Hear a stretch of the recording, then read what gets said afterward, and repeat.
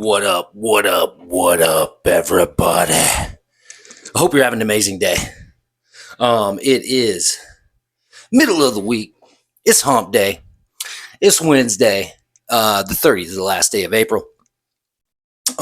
We here in the DFW area are experiencing torrential rain and flooding and all the stuff. And I was thinking today about stuff to talk about. I was going to talk about the power outages because of what's going on weather-wise in Spain, Portugal, parts of France, and then talk about surviving power outages and stuff because that stuff really does interest me. But as I was sitting on the bed brainstorming, because I wanted to bring you something to entertain you today, I started thinking about this haunted restaurant I used to work at. And I was like, ooh, I should tell one of my stories about the haunted restaurant because I've got more than one. I just don't have a lot of time. As always, my wife's going to be home. I don't know, maybe in an hour. I don't know when she's coming. I tried to get a text message to her, but she didn't. All right. But like literally, I have the live radar right now on this. So if power happens to go out, I'll probably still be able to record, but I'll have to upload it when I have internet connection. Check this out. Little Elm and Prosper. Turn around. Don't drown when encountering flooded roads. Most flood deaths occur in vehicles. Be aware of your surroundings and do not drive on flooded roads. The National Weather Service in Fort Worth has issued a flash flood warning for northwestern Dallas County in north central Texas. Okay, yeah. That's going on. I'm just going to turn this down, and I like to keep it in the background so, in case something crazy happens, I'm ready to go into superhero mode. Okay, so scary story. All right, I was gonna cut the lights. I got candles going. Y'all think that's too much? That's probably too much. All right. Okay. So yeah, this restaurant I used to work at was known as the Great Northern Tavern and then changed to Great Northern. I was doing research on it because I was trying to see if I could corroborate, big word, any of the stuff I've been told that has happened. Because I know one for sure did happen. Okay, two, via people that I had worked with and people that had known about the building for a long time. I haven't really prepared this story, so I'm going once again fresh off the dome, and I'm going to try to remember everything, and hopefully I can do it in chronological order. I don't know how scary it's going to be, but living it, man, I won't say I was scared, but goosebumps all over your body, feel a weird chill in the room, the whole nine. All right. But yeah, Chat GPT was like, we can't access police reports. You gotta do. So I'll just kind of start with what I know. Okay, this restaurant was in an area known as the Denver Tech Center. And the Denver Tech Center is like not downtown Denver. It's not really in the suburbs. It's its own little entity. It's been 20 years since I've been there, or maybe close to 20. But it was a bunch of investment bank high-rise buildings, a bunch of really expensive high-rise apartments, and then all these shishi restaurants. And that's where I worked. I've talked about it before, the Great Northern. It's the restaurant that really inspired my whole, I don't know. I guess the word addiction is okay to use, but my passion behind the restaurant, there was a chef there that was super amazing. Angry though. I think I've talked about it before. We got in a couple fist fights in the area that was always haunted, or that appeared to be the most haunted area in this restaurant. Okay, Great Northern Tavern, original foundation. So what that means is I'll have to explain the kind of schematic of the building. So all these high-rise buildings and all this commercial manufacturer had to be built by workers, union construction worker thing. Um, so they had this commissary built. And I don't know if it was originally under the ground or how this transpired, but if you were to walk in to the Great Northern Tavern, in the front door is a big, huge, cool revolving, like shiny brass and really high glossy glass. I don't know. It looked like crystal. I don't know what it was. Looked like a normal restaurant. You'd walk through the bar. You'd see that we had a huge cocktail area, these huge, like, curtains that could separate rooms. They were heavy, like they weighed 80 pounds per sheet of curtain. It was crazy. They were super thick. And then you'd walk into the dining room and you would see this huge, elaborate dining room, open kitchen, and then a huge wine wall. As you would wrap around the kitchen, then we had this awesome banquet room that had like this 1,000-pound wood table in it. Crazy old school pictures of the Great Northern Railroad, because one of the owners, the male, because there was a male and a female, they were in a relationship together, but they weren't married. I believe it was the male side whose family was somehow attached to the Great Northern Railroad. So already kind of like building up a little bit of, I don't know, historic ghostiness. But none of it really that I could tell stemmed from that. Although some of the antique photos and stuff were a little like, ugh, this guy just seems weird. J. Jerome Hill. I can't believe I remembered that. His picture was everywhere. That was the founder of the Great Northern Railroad. Wow, that's crazy. That just came back to me. Excuse me. But if you were to walk into the kitchen, which was kind of where that wine wall kitchen door, you'd walk into the kitchen, dish sink, you'd walk back prep area, and then you could walk through another door to your left, and then boom, you're back in the restaurant again. You're just behind the restaurant line. Well, behind that prep area was a back door that led out to our back dock, trash cans, and we kept tons of firewood because we had different cooking techniques and a huge rotisserie oven that we actually stoked with pecan and hickory wood as part of the recipe. But there was, ooh, that's foreboding. There were steps. Uh, Scary. I'm gonna pause this.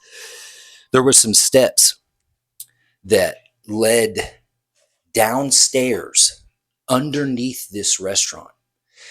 And the underneath part of the restaurant was bigger than the upstairs. So it had kind of like, man, I guess you could call it a basement or whatever, but it was so weird down there. It didn't match anything upstairs. And what this area was underneath our restaurant was a commissary for the construction workers, those union workers that built the whole Denver Tech Center. But this is where they fed them. There was lockers down there. There was these weird rooms off to the side that I'm assuming they kept tools and stuff in because they had the ability to lock these doors. It looked like some kind of weird prison or detention center down there. And then right in the center, what looked like held up the building, but I'm sure, well, maybe it did. I don't know. Because they had pillars underneath there too. Huge pillars that created weird shadows and stuff. But right in the center was, I'm trying to give something reference. I don't know if you can see my sink back there or whatever, that little island. About 4 of those all the way to the ceiling in size. So I don't know, 25 feet long, about 10 feet thick. And it was just this huge, massive concrete and brick thing, but it had a door on it. And like literally 25 feet long. The door was probably 20 feet. It looked like a half a garage door. Excuse me. And what it was an oven so big and it had this rotating thing in it with these huge metal discs that would rotate in there. And it was for cooking pies and all kinds of stuff, because before it was the Great Northern, it was a restaurant called Marina Landing, which was big seafood stuff. They had a huge, aquarium with fish in it and stuff. It was real famous for their brunch. This was before my time. And then it was bought by the people who started the Great Northern Tavern. I don't know if that oven was down there for their cooking needs, because I don't think we ever used it.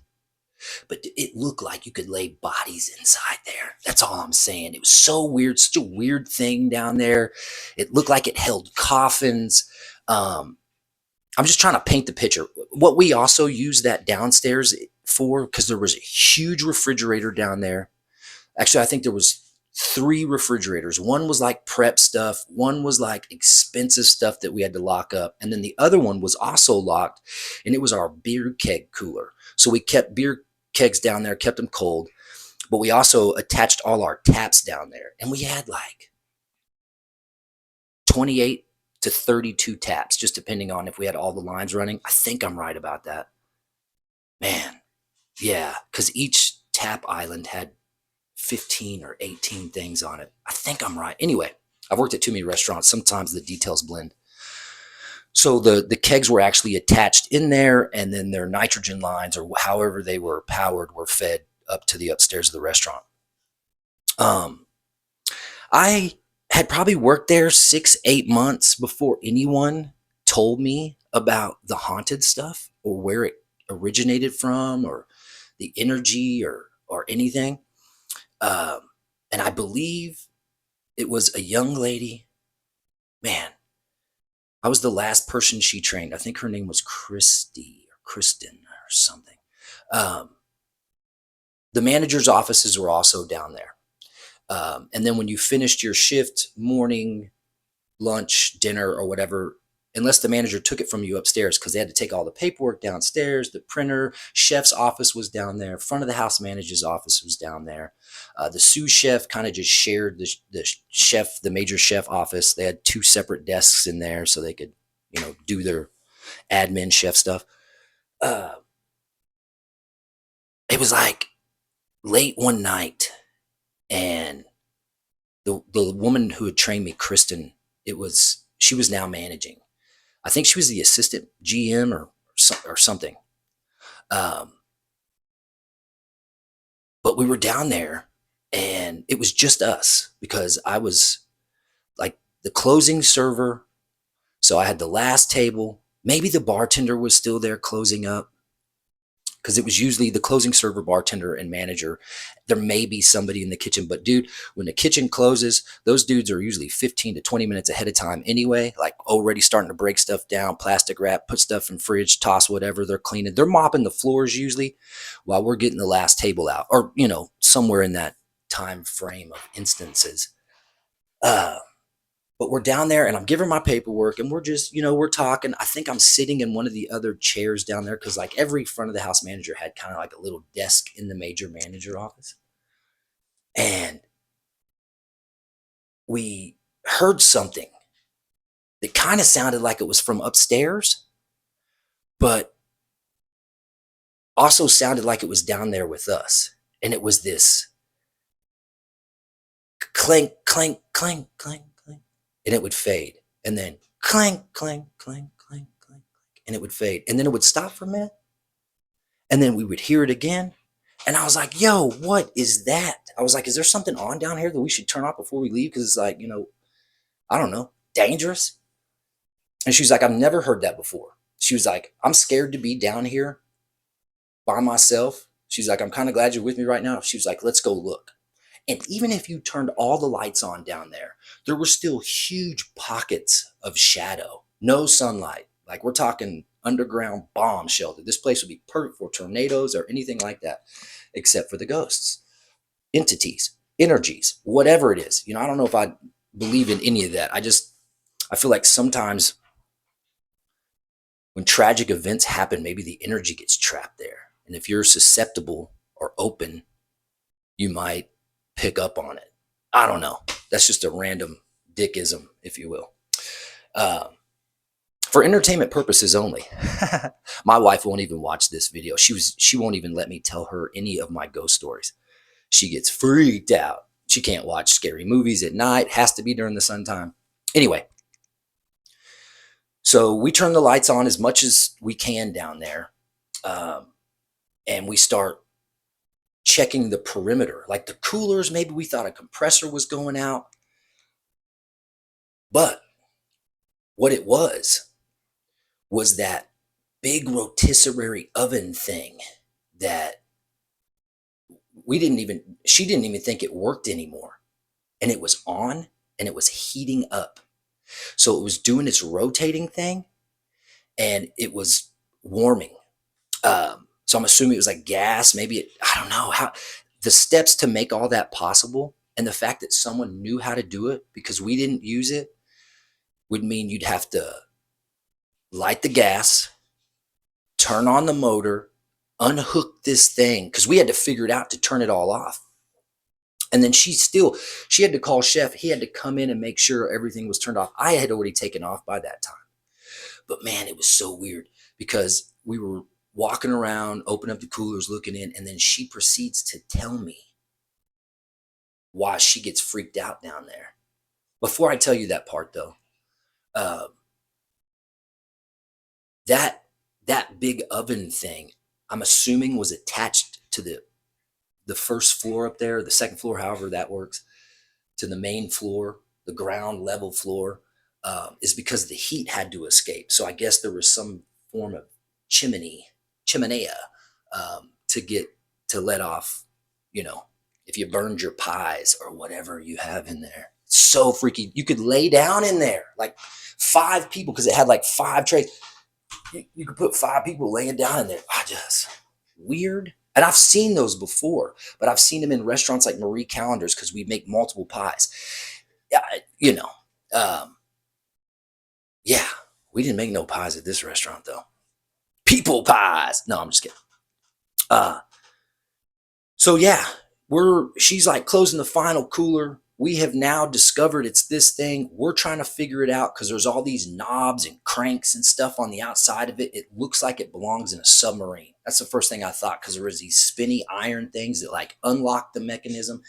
And then if you wanted to access a certain level of those 5 rotating iron tables, you could crank the wheel and present it in the garage door opening lid thing. Man, it was so weird. So we're dealing with that. She has called chef. Chef's on the way. And she starts telling me why this place is supposedly haunted.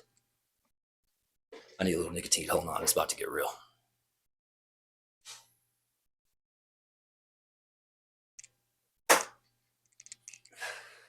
Also, I don't know how I can say these words because I know this is a taboo word to say on the YouTubes.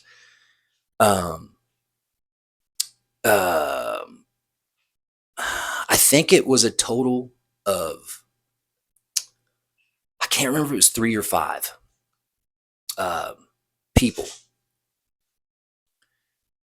had met their demise, their end of their journey in this realm, excuse me, by their own hands. Um, and the most recent that had happened there, um, while we're standing in the manager office, she tells me that the previous restaurant, the Marina Landing, one of the front of the house managers, maybe the GM, I can't remember. Man, I couldn't find any details on this stuff because you have to access police records. And I ain't into research like that. I'm sorry, y'all. Feel free to do this yourself.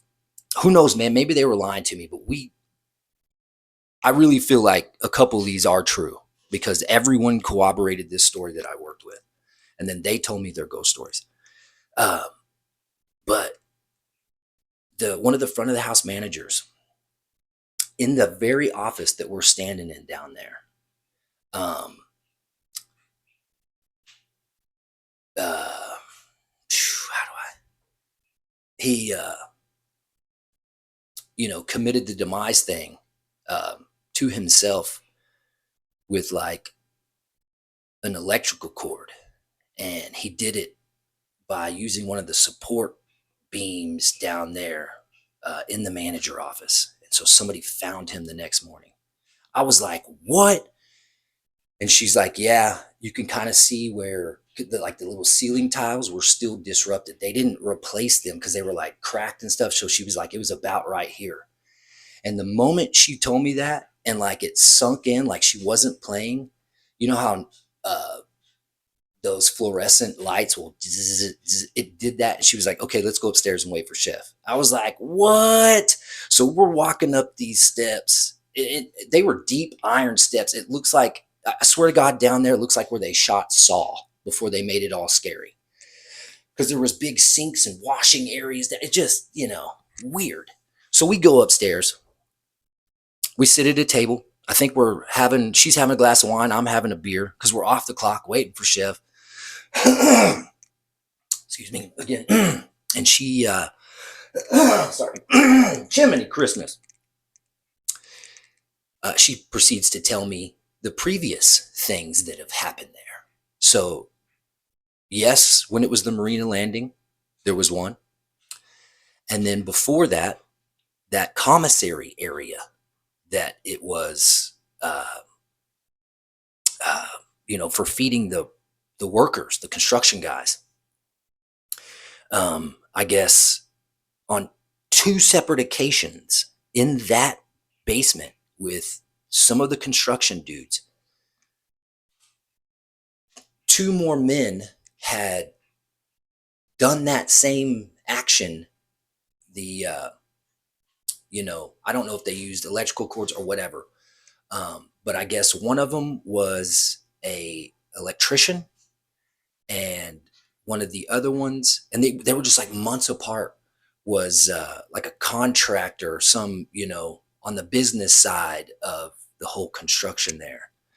Um, I was told different details about why each one of these people did it, but I guess it stems even further back and more dark things have happened there.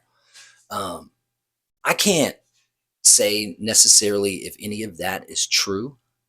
And because when Chef got there, he was like, yeah, yeah, because he was a totally different breed of human being. Never could be nice, never could just have a normal conversation. He was always cussing and like screaming at the top of his lungs. Amazing food, though. Super amazing chef. But he gets there and he's like, what the fuck y'all talking about? All this kind of stuff. And Kristen's like, I'm telling about the ghost. And he's like, oh, that's bull, and he was scaredy cat, whatever. But I was like, when he got done berating and we had a moment of just him and I, in conversation or whatever, I was like, yeah, but is any of that true? He was like, yeah, yeah. Some pussies came here and called it quits or something like that. And I was like, all right, well, that is freaking crazy. So that whole downstairs basement area, just as far as my thought process went, crazy. Anytime I was down there by myself, and that happened a lot, especially when I was a bartender. One story in particular, I'm just going to tell a couple of these. I have several myself, and then I have the stories from all the different employees. It usually happened to the people who were staying late night, though. The managers and bartenders that had to close the place because there would just be a few of us. And that's when this stuff happened. But it was a semi-busy night, rainy, stormy, just like it is here today, which was weird, which made me think about it because it looks like it's 8 o'clock at night outside. It's a little sunny now, but for so many hours this morning, it was just dark and thunder and whatnot. We weren't closed yet, but we were getting close to being closed. It had been a kind of a busy night, and one of our keg handles, one of the kegs downstairs, popped. It was empty. Nothing comes out but like weird air and spitty foam. So we're still open. Maybe I can't remember all the details. Maybe we have a few minutes left before we close, whatever it is. But I believe I was about to be sent home, and the closing bartender was going to finish everything up. But he was like, hey, before you go, would you mind changing that keg? It's a pain in the ass to change a keg. Empty ones, not so bad. Uh, Heavy ones, like a full keg, you're looking at anywhere from 150 to 160 pounds, depending on how old it is and stuff. I believe they're referred to as half barrels, and they're about 150 pounds. The reason I tell you this is, for one, yes, it sucks to change kegs because they're heavy and awkward, and they're usually wet with either condensation or beer or the package of whatever that was sitting on it, because the other refrigerator was full. So they brought something in there like a box of vegetables and set it on top, and it's been condensating. So you got to deal with all this slippery, awkward, just waiting to throw your back out and give you a hernia. Um, this keg room was huge because it had so many kegs in it, and then it had the wall that held all the different stuff that was connected upstairs. Um, I'm the only one down there at the moment. And the restaurant is so quiet because we're getting close to closing that you can't really hear anything upstairs. Every once in a while you're down there, you could maybe hear the music, you could hear a clang of a plate or something, but dead silent at this moment. Dead silent. Um, I open up the cooler. I had to have keys. Uh, so I'm down there finagling, trying to scoop kegs out of the way so I can get this big keg up to the wall, get the other one disconnected, and get it hooked in. Well, I'm standing in there, and I got the door open, and I'm in the middle of the room, kind of, game planning what I need to move to do this and that. Because there's also cases of bottled beer down there, cases of champagne that had to be kept cold, just you name it. And so I'm coming up with the master plan to make this happen, standing in the middle of the room, and the door goes. It's heavy. It's a big refrigerator door, and it's got this rubber thing all around it. So you really kind of have to push it to shut it, and it just goes shh, dunk, and it shuts. And I was like, oh, okay, that's weird. And I'm claustrophobic. The older I get, the more I get uncomfortable in those kind of spaces. But I don't know if it's because this was a refrigerator or what. But when it shut, which it had never done to me before, like the pressure in the room changed. Maybe it was from that. And, there's condensers in there and compressors and all these things. But it's kind of like, instead of my ears ringing, it went boom. And I couldn't hear anything. I couldn't hear the run of the compressors, the drip that was in the corner. I couldn't hear anything. Like I went not 100% deaf, but like I had earmuffs on. All you got to say is earmuffs. And I was like, instantly, I was like, all right, what is going on? So I opened the door. I walked over the door, opened the door. I was worried it wasn't going to open. There is a fail safe though in there, because sometimes those doors will lock automatically because it has this weird latch on the outside. So you have to pull the handle to click, and then it comes open. Well, if you're on the inside, how do you get that handle to click? They have this red plastic thing that you press, and it pops the door back open. So I popped the door back open with relief. Whew, I got out of there. But I was like, all right, I'm going to take this full keg of Guinness stout. I thought maybe it'd be the heavier of the two. I Googled it though. Stouts, lagers, pilsners, they all weigh about the same. Due to its density, maybe just a little bit, but you wouldn't notice it. Random knowledge by Dick. So I scoot that keg in front of the door to hold it shut. Full keg, still got the cap on it. You know what I mean? It hasn't been removed to hook the, fitting in to feet upstairs. 150, 160 pounds. I put it in front of the door. Now this door is kind of heavy, but it's not this heavy. I go back in that room and I start finagling stuff, and I get everything positioned to where I can pick this keg up, because I have to raise it on this second shelf, and it's awkward. And and the moment I get it and get kind of my feet underneath me and get this thing up, the door goes, whoa, bam! And that keg is pushed over. I'm covered in goosebumps right now. That keg is sitting on its side in a pool of weird condensation that was all over this floor. My entire, like with the goosebumps I have right now, my like if there was someone looking at my face, I feel like I changed color for a minute. And I stopped immediately what I was doing and ran to that thing. Didn't care that the keg was possibly damaged, whatever, because it was with such veracity. I just assumed the other bartender or someone was on the other side and they were messing with me. So I pressed that button, get that door open, and I'm like, who the fuck is down here? Who's messing with me? I'm mad because I was scared. No one is down there. Not a soul. Still real quiet. I was like, what is going on? So I didn't want to be no weird. So I propped the door open again with the same keg. And then I took my bar towel out, and on a prep table back there, they had like aprons and towels and shirts and stuff like that. I grabbed a bunch of those. They were all brand new too. And I stuffed it in the crack of that door. So, you know what I mean? To get it to shut now, would have to pop off the hinges. And it's a commercial refrigerator. Those hinges aren't popping off. So I get the keg changed. Lickety split, yo. I'm trying to get out of there, get upstairs so I can tell whoever's left up there my story. Because we had a couple guests, some of the, late night stragglers. And I get it all hooked up, get upstairs, and I'm like, yo, yo, yo, yo, yo. I thought one of y'all were down there just messing with me, this, that, the other. Well, standing at the bar right now is the other bartender and one of the front of the house managers, who's a good friend of mine named Victor. And he goes into telling more stories about this place. So I'm off work now, sitting on the fun side of the bar. I guess they're both kind of fun.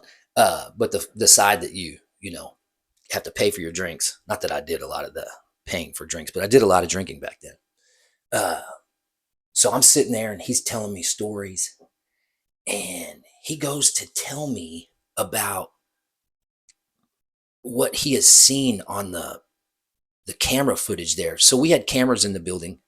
I think there was just one downstairs pointing to the manager's office that had the safe in it, and then one in the office, and then maybe two upstairs one that pointed to the bar drawer, one in the kitchen. Oh, and there was one at the back door. So I don't know, like 5, maybe 6 cameras. And the way they worked back then, because they weren't hooked in through the internet or anything. You couldn't check them on your phone. We had this bay of little screens down there, and each camera, you could see the whatever, wherever it was pointed. And he's telling me about when he was closing up one night, how he thought everyone was gone from the restaurant, but it appeared that there was a family still sitting at one of the tables in the dining room, which is really weird. Why a whole family? Because there was no stories of any other people other than just full-grown male adults that had, switched their realm, so to speak. I'm trying to be cool on the word that I can't say. Left this realm. But yeah, so family down there, or up there, while he's down in the office, he was saying, I saw them on the camera, so I go upstairs because I need to be like, hey, we're closed. Y'all need to go. No one is sitting there. I tell you that story. And he told me a bunch of other ones. I can't really remember. Man, I'm starting to get real hot now. I'm feeling sweaty and everything. Because I would say 3 months, 4 months later, maybe 6 months, I don't know. It's just me and Victor. And we are closing up. I'm the closing bartender. He's the closing manager. And I am upstairs. He's downstairs. I'm probably doing a little bit of inventory, counting the bar drawer, all that wonderful stuff. And he calls me, because not on a cell phone, but on the phone behind the bar, because we had like a system where you could just press a button and we call the manager's office. Press a button, call the bar. Press a button, you hit the phone in the kitchen. He calls me. He's like, hey, man. Hey, come down here real quick. I want you to see something. And he was like, no one's up there, right? Just you? And I was like, yeah, yeah, yeah, just me. So I come down to the manager's office and he's like, watch this. And I think the way our camera system worked is they recorded to like a DVD and then they would wipe themselves every 48 hours. I don't know, it was something like that. I may be confusing it with another nightclub security system that I had at one time. But he rewound it, this one camera footage, and he showed me that in the camera footage, you could see our big glass windows that led out to the patio. It looked like only in the reflection of that window that there was a person with what looked like a blue, um, it was a hat, but it wasn't like a normal hat, almost like a train conductor hat, which is weird. The whole Great Northern thing. I don't know if there's any, I don't know what that would even, how that would work because they just named the building that, whatever. Um, but you couldn't see it in the kitchen. You could only see what looked like, I have goosebumps again, a body upright, moving in the kitchen. You could only see it in the reflection of the glass. And you couldn't really see the parking lot because it was dark time. There was lights on the patio, but just like little, accent lights, nothing crazy. But it was the lights on the inside of the restaurant that was creating the reflection. And in that reflection, this blue-hatted fool that looked like he had an apron on, also a blue apron, which is not what our kitchen guys wore, was back there moving behind the line. And we had maybe, I don't know, 6 or 8 seconds of him moving. And the way he was moving was, oh, I got the goosebumps again. So weird on camera. Because you know how when a person takes steps, they step. This person was not stepping. This entity, person, thing, energy, I don't know, was like on a track. And for those less than 10 seconds that we caught him was just this weird pacing, but not step pacing. It looked like it was floating or on rollerblades or something back and forth. And every time it would get to the end before it would turn around, you wouldn't see it turn around. It would just be facing the other direction. You didn't physically see him in that hat turn around. He would just get to the end and then he'd be automatically facing the other way. And we're talking, I mean, even though it was less than 10 seconds, it was enough to see him go back and forth 4, maybe 5 times. And then not a flash of light, not a nothing. You just couldn't see it anymore. So Victor was like, stay down here with me. I'm going to finish this up and then we're going to go upstairs again. And I was like, all right, scaredy cat. Because for whatever reason, I haven't felt those feelings in a long time. But when I'm kind of that kind of scared, level of scared, I don't want to run from it for whatever reason. I don't know if it's my ego or what it is. I charge forward into the situation like, I'm not scared of you, sucker. That's what I was feeling. I wasn't saying or acting any of that. Plus, I'm trying to be tough in front of my dude friend. So we go back upstairs. And all the kitchen doors were those swinging doors. He opens up the door. Before he lets his whole body look into the dining room, he pokes his head out because we can't really see the kitchen. We didn't want to walk into the kitchen. So we walked around the kitchen in the prep area and into the dining room. And he is checking the reflection of all the patio to see if he was like, all right, man, I don't see nothing. I don't see nothing. And I'm like, all right. I think I was getting my backpack and stuff, whatnot, because I had a little area that I kept stuff back in the kitchen. I usually always do. So he's now in the dining room, standing in the middle of the dining room, staring at the windows. He's trying to figure out, what did I see? How could we only see it in the reflection? Was somebody outside just moving in the parking lot? That would be impossible because the kitchen was open in such a way that like the bar that separated the kitchen and the dining room was about this high. So we couldn't see the entire person's body. It was cut off about right here, floating back and forth behind the line. And if it was from outside, we'd be able to see the whole rest of the person. So I hope I'm making that clear. So he's standing there looking at the windows to try to see what he saw. I get just a few feet behind him and we hear a crash, boom, which sounded like a metal bowl with a something metal utensil in it fell and hit the floor and then went like it was settling after it fell. And we both kind of, like look at each other like, and we go investigate. There is nothing anywhere, nothing on the floor, nothing on a table, nothing, just the sound. Like, where could that have possibly come from?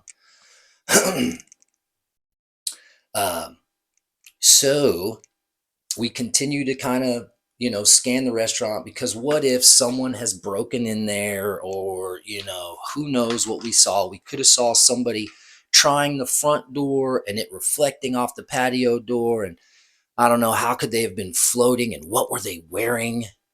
Maybe it was a guy from another restaurant coming to knock on our door to see if he could borrow something, or I don't know. Because for a long time, we tried to figure out what that was. But right before we leave, we are now standing out in the parking lot talking about our old ghost stories, and we're just scaring the crap out of each other is what we're doing.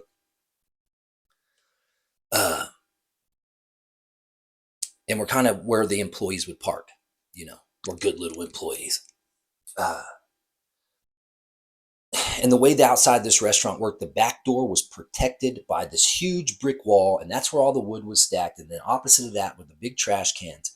But all that was protected by a brick wall and a big red door. You open up that big red door, you would see the wood, you'd see the trash, you'd see our ashtrays out there, and then the back door of the restaurant. We are about 25, 30 yards away from that red door, parked, on the side of the restaurant, not in the front, because that was for the customers. So we're parked close to the back door, and we're just standing on our car, enjoying some cannabis, as many of the restaurant people do when they're done with their shift outside, telling ghost stories to each other, scaring the crap out of each other. And then we hear something on the outside of the restaurant that sounds like a freaking a bunch of things falling up against metal. Boom, boom, boom, boom, boom, boom. Like, what the fuck was that? We are completely freaked out.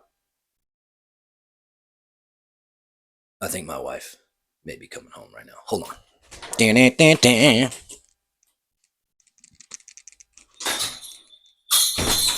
No, we're good. We're good. We're good. I'm freaking myself out, everybody. So we go to investigate, and whatever that noise was behind that red door. We open up the red door, and all our firewood has come out of this cage that it sits in. It's not a lock cage or anything. It's just this square that kind of holds everything in the shape that it needs to be in. And it has fallen against the back door. We're tired. We're scared. We're high. And we just want to go home. But he's a manager. And he's like, damn, man, I can't leave all this here because it's blocking the door. That's the way everyone's going to come in the morning. We just maybe thought it happened naturally. Unsettled wood. It had been raining. This probably just fell by accident. But as we were putting it up, it wasn't a lot, but it was enough to block the door.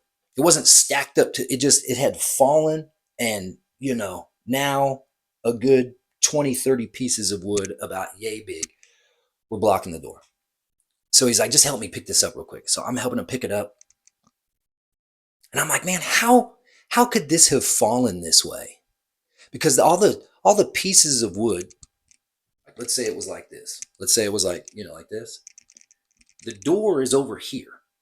The wood was laid inside of this thingamajig like this. They were stacked like that and surrounded and embraced by this whole thing. And they fell out that way. So I thought that was weird. We're continuing to scare each other about the whole thing. And we're almost done. And we hear this crazy, like, gong noise. Boom. We both look at each other. I got goosebumps again. And he's like, what was that? And I was like, I don't know, but it sounded like it came from inside the restaurant. And he was like, 100%. We even felt the noise in our feet. So he's like, I got to go in and check it out. Mind you, we have turned off all the lights in this place, set the alarm system. The alarm system never went off. The wood hit the door, the big gong that we could feel vibrate in our feet. You know what I mean? So he's like, I got to go in. And I'm like, I'll go with you. I like adventure. But I was pretty freaked out. So we open up the back door. And remember, I told you how it worked? You open up the back door, you look straight ahead, you can see the doors that go into the kitchen that overlook the restaurant. And then right to your left, was the steps that led downstairs to the Doom kitchen or whatever that was. And we know, or we assume it happened down there. Because now there is what looks like a floodlight on down there because we can see it at the top of the steps. And we hear the noise again, but it's not as loud and not as vibrating. But we're standing at the top of the steps, which are all iron, and it is kind of resonating through the steps. And he's like, bro, whatever it is down there. I'm like, yeah, we got to go see what it is. I was like, what if it is a person? What if somebody's down there? This is, get ready. We about to somebody up. You know what I mean? Because by this time, I'm like, all right, it's not a ghost. Somebody's inside this building. Somebody has snuck in here. Somebody, I don't know. You pick it. Maybe some drunk bar guest was like, I'm going to go hide in the downstairs kitchen, which would be a horrible idea, by the way, to get locked in that place at night. I'm breaking a window. I'm getting out. So we walk down there like an episode of freaking Scooby-Doo. And that same noise that I heard when I was with Kristen is going on again. So because of what happened months ago with that big rotisserie oven, to keep it from coming on again and everything, they locked that door with like a padlock, the big garage door that opened up that gave you the access to the oven. And they chained and locked the big turning wheel that would turn everything. Because behind that was like the electrical box or whatever, like a little breaker that would turn everything on for it. So if you locked the wheel down, you couldn't access the breaker. So that was like, all right, even if somebody bumps into this, because they thought that maybe what happened before, somebody bumped it with like a cart or something and it came on. I don't think that's possible, bro. That chain, that padlock that was on the big turning wheel was exploded off, completely broken off. The links in the chain, like 4 of them were broken. And that fucking oven was on again. And it was heating up. Bro, I'm covered in goosebumps again. Man, so it's later than it was the first time. We had to call Chef again. And we are completely freaked out like little schoolgirls. I mean, freaked out. And Chef is pissed to have to come back up there for a similar deal. He thinks we're fucking with him. He's like, oh man, no one, like we told the story 100 times. Like it was crazy. Every time I went back down there, I would always look at that thing because After this, Chef was just so over it. He just left the chain dangling. You know, I don't know what he did with the broken links, but that lock and that chain hung from that thing. Now they left the garage door open because I guess it had some kind of safety thing to where if you open the door, the oven automatically turns off or some, I don't know. And so they would leave it open. Uh, we never used it. Half of the staff didn't even know it worked. But it was weird how that oven was somehow connected to most of the activity I saw. I have about 6 or 8 other stories that I've heard from other people. Some of them I don't know are legit, but that one was freaky. That noise that I'm assuming we heard of that chain busting off did not sound like a chain busting off, man. It sounded like somebody hitting a big gong. Bong. I don't know if that was the oven coming on. I don't know, man. But the wood falling, the reflection we saw in the mirror, the overall feel of the place, me being, temporarily trapped in that cooler, I don't know, man. That building definitely haunted. That's all I'm saying. I'm talking about holy cannoli. My candles are burned out. Oh no, we still going.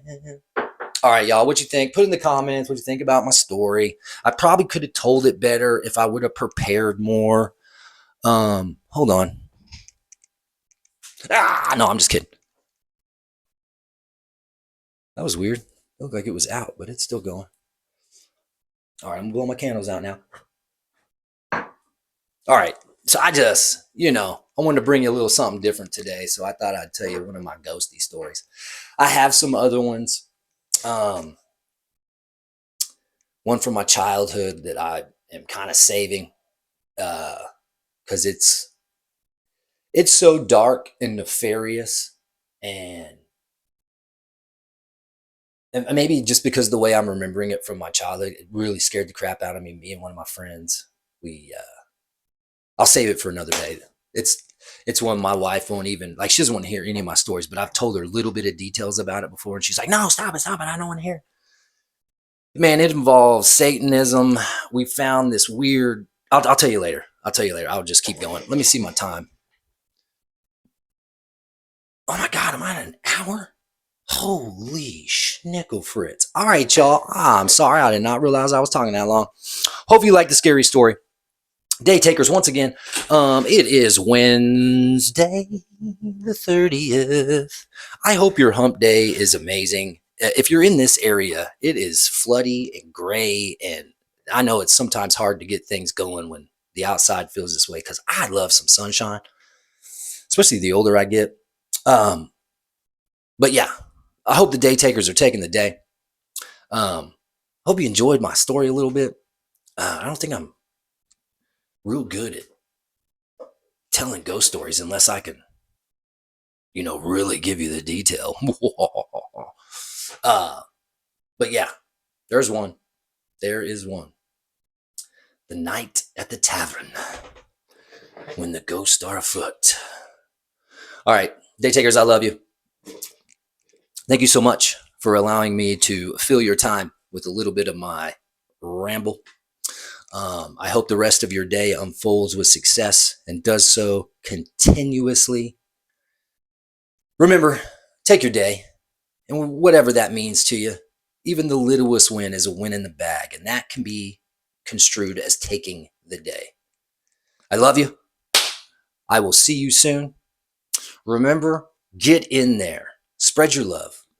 Share your knowledge. Tell your stories, your ghost stories even. With that being said, I love y'all. Let me play us out with a little scary music. Let me see if I can get this right here. Oh, here we go. All right, y'all. I'll probably put up a video on Friday. Maybe tomorrow. We'll see what happens. But I love you, and I'll see you on the scary side.